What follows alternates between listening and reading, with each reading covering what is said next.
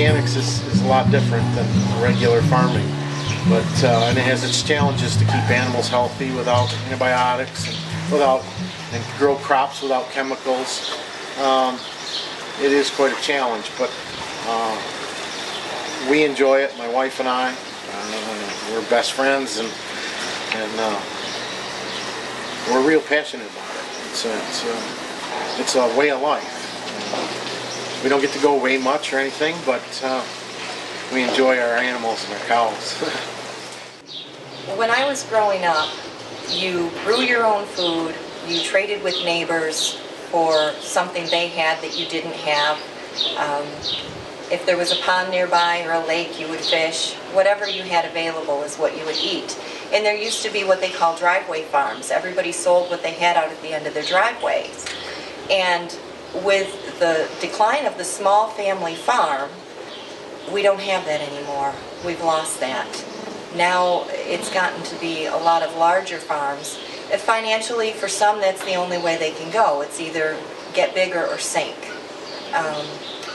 What we're doing here is a very novel idea. A lot of people think that we're absolutely crazy because our goal is to keep it a small family farm and only milk about 60 cows. That means that you have to make do with, for us, just my husband and I. That's our labor force. So there's not time for vacations, there's not time to go away, and if one of us gets sick, you get out to the barn and milk the cows anyway. But it creates a whole different atmosphere. It's more like the way it used to be.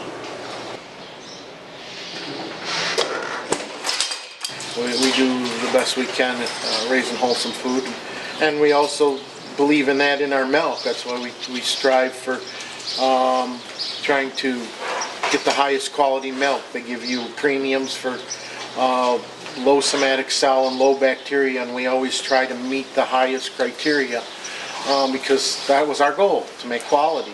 We make quality for ourselves, and we want to produce quality animals, quality food for other people. And it's part of our mission.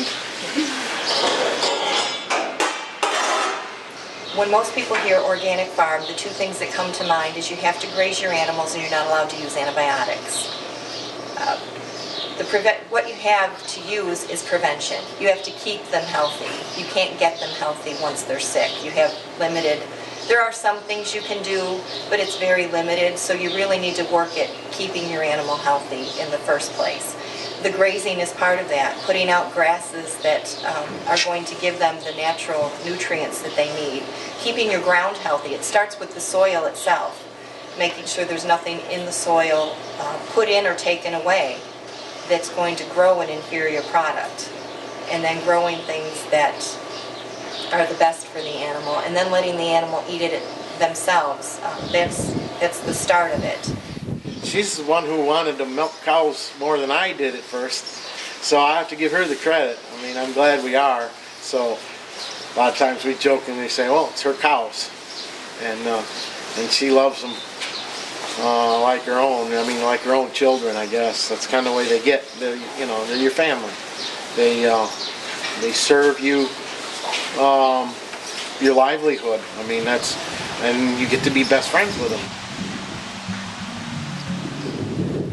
I enjoy so much coming over every morning, greeting the girls, letting them in the barn, taking care of them, knowing that they're depending on me for what they get. The affection that you get from them, that's what it's all about for me.